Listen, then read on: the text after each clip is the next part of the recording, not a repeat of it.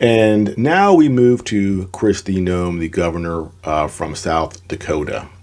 And the first question is opposing Russia and Ukraine a vital American national strategic interest? And she says the primary external threat to the United States is communist China. Our opposition to Russia has heightened this threat for a number of reasons. One is pushing Russia into an alliance with China, meaning Russia may soon draw from China's large weapon arsenal. Two, we are weakening our own military by sending weapons to a corrupt country. And three, we're taking our eye off the ball and allowing China to put favors in their bank. This should be Europe's fight, not ours. We should not waste taxpayer dollar at the risk of nuclear war. And she's right. This is Europe's fight, and we should not be risking nuclear war. My only problem with this answer here is that she is, again, like other people are doing, deflecting over to China. So we recognize the mess that Russia-Ukraine is, but then we go, let's focus on China and do something very similar. It doesn't make any sense. I wish all these candidates would say, let's sit down and work this stuff out. Let's talk. This issue with Taiwan, this should be resolved peacefully. Why are we being so militant about it? And that's annoying. So not a terrible answer, not a great answer. Again, the issue being this deflection to China. The next question, what specifically is our objective in Ukraine, and how will we know when we've achieved it? And her answer, the American people did not get us into this war. Joe Biden did. Biden had this fantasy that he could do the same kind of thing to Russia that Ronald Reagan did to the Soviet Union, that somehow, through American military weight, we were going to bring Putin to his knees. His fantasy is wasting a lot of American money and killing too many people. If we had a president who pursued peace through strength, Putin would have never dared to invade Ukraine. The only way to avoid these kinds of conflicts is to project strength. That's why voters must remove Biden and the Democrats from office. And this is a concern. She is like Pence attacking from the right, saying Biden was too weak. That's not the issue. Putin didn't invade Ukraine because Biden was too weak. He invaded Ukraine because Biden wouldn't talk, wouldn't listen, wouldn't negotiate. And any president who will not sit down and work things out with Putin will tell Putin, I need to act on my own. So before the invasion of Ukraine in February 2022, Russia reached out to us and we basically ignored him. So I don't like the fact that she's attacking from the right again. Ideally, again, if Trump's in office, I think Putin negotiates with Trump. He's not scared of Trump. He knows that there is somebody there that he actually can sit down and talk to, and that's what we need, not this tough guy act. We all got nuclear weapons. We can't be using them or thinking that we're going to stare down another country that has 6,000 nuclear weapons and hypersonic missiles. So not a big fan of her attacking from the right. Next question. What is the limit of funding and material you will be willing to send to the government of Ukraine?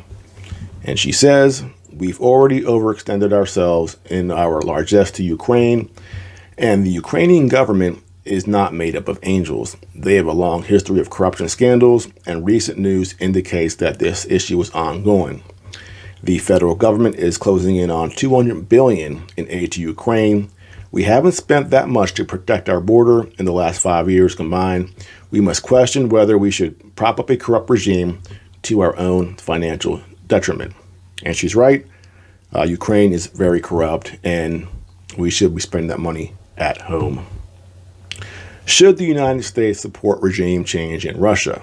And she says, not at this time, as it could lead to an even more destabilized Europe and cause escalation up the nuclear ladder. Now, the second part of that answer, good stuff. She's right. It will cause more problems. But she had to say that first part. Now, not at this time, implying that there might be a time where we need to have regime change or support regime change. And no, we cannot support regime change in China, in Russia, any of these countries. It's none of our business, and it will just backfire. So she had okay answer, but unfortunately, she said not at this time, implying that she would at some point in the future support regime change, and we should not be doing that. Next question, given that Russia's economy and currency are stronger than before the war, do you believe that U.S. sanctions have been effective? And she says, the United States has come to rely far too heavily on financial sanctions as a weapon of deterrence. Very true. Now nations that hate America are consciously moving away from the U.S. dollar as the world's reserve currency. Sanctions against China, Iran, and Russia have bolstered the Russian ruble and enabled China to establish trade in Chinese money rather than in U.S. dollars. One of the worst side effects of these sanctions has been the skyrocketing cost of fuel and natural gas in America and around the world. Russia is selling less of its oil and gas, but they are doing so at a much higher price. It is counterfactual to say that Russia's economy is stronger in the wake of the war. The more appropriate phrase here is more resilient. Russia has ridden out the sanctions remarkably well, but its economy remains weak, and it'll get sucked into the global recession that it helped cause. Not a bad answer. She points out rightly that sanctions are actually backfiring against the United States.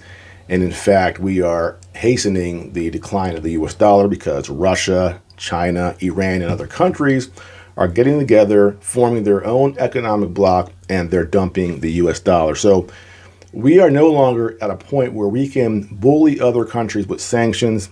They will team up together and work against us. And this has happened beautifully this last year. We are really just putting China in the catbird seat, allowing them to, again, form this other economic bloc. She says that the Russian economy is more resilient, but it's still weak. I wouldn't say weak. Their commodity, the thing they sell is energy. And with so many countries still developing who need energy, they will always have a market for their goods. So I think she's overstating how weak the Russian economy is, but not a terrible answer. And the last one, do you believe the United States faces the risk of nuclear war with Russia? And she says, the Biden regime is taking us quickly up the escalatory ladder with a series of provocative actions and statements. We cannot back down from any legitimate threat that Putin makes against the United States. We are closer now to the use of tactical nuclear weapons than we have ever been. That would be what Putin would use first. This is not about dropping the big one on New York or Los Angeles. Putin would slaughter thousands of souls in a contained fighting environment. Well, she is right that we are escalating things. I think she's understating the threat of nuclear war generally. She's pointing to a tactical nuke. Could Putin use a tactical nuclear weapon in Ukraine? Probably not. I mean, he could use it, but would he? Because remember, too, Ukraine's on Russia's border. You got the prevailing winds there coming across west to east. It's a very, very dangerous thing to drop a nuke right next to your own country, even a tactical nuke. And who knows how NATO responds to that. And also, Putin is winning. He doesn't need to do that. So I think she's understating the risk of general nuclear war. If a nuke goes off, there's a good chance that that'll be the first of many, and we have global annihilation. So looking back at her answers, she's okay on some things, but she doesn't get it quite right. Not as bad as Pence or, no one's as bad as Pence. So she's kind of in between there, in between Trump and DeSantis and Pence. Not great, but not terrible either. Would I support her candidacy? Probably not. She's not where I would like her to be. But hey, that's how it is. We also have Vivek Ramaswamy. He actually wrote essays to these questions, so I'm not going to go through all of his stuff here. I'll just summarize it. He is kind of Trumpian in some of his language. He's definitely borrowing from Trump, but he also uses some tropes. the way he talks about Putin is a little played out, and he's, the tyrant thing. He has some good ideas, but again, I think he's a little too, he's a little too neoconish. It's you can see it, little hints of it. Not crazy. He's a thinking person, but he's not a Trump, and he's a little too bellicose. So he's okay. Again, I think he's right in between Trump and Pence in that middle area there, right with Noam as well. So I'd put him in that same sort of level. Now there's a couple other people. We have, we have Chris Christie. He didn't answer the questions. He just sent one statement. So let's run through his little statement. Mr. Chris Christie. Russia's aggression against Ukraine is a national security issue that threatens our alliances and our standing in the world. Our objective is to assist Ukraine sufficiently to enable them to defeat Russian forces and restore their sovereignty. This effort is not about regime change in Russia. It is about respecting the sovereignty of free nations. Also, this is a proxy war being waged by Russia's ally China against the United States. Due to their assistance to Russia and China's recent action in the Middle East, it would be naive to call this anything but Chinese aggression. Our allies and our enemies are watching us. It is on us to assist our democratic allies in defending themselves against authoritarian aggression. If we do not, this aggression will spread, and the void will be filled by authoritarian regimes like China, Iran, North Korea, and empower Russia if they triumph over Ukraine. The one thing that jumped out at me here, I thought was hilarious. He says, this is also a proxy war being waged by Russia's ally China against the United States because they're providing assistance materially to Russia. Isn't that exactly what we're doing to Russia? We're waging a proxy war against Russia through Ukraine. And so I just find it hilarious that he's mad at China for doing this, saying that they're waging a war against us because they're assisting Russia. Well, we're doing that against Russia. We're doing that against China. We're doing it to everybody. So now he's trying to pin it on China. China's waging a proxy war against us. So now he's attacking not just Russia, but he's pulling in China too as being these bad guys who are waging a war against us. Come on, Chris Christie. That's ridiculous, and I think it's nonsensical.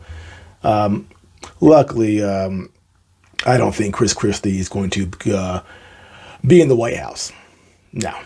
Yeah, he's a clown, and I think most Republicans recognize that.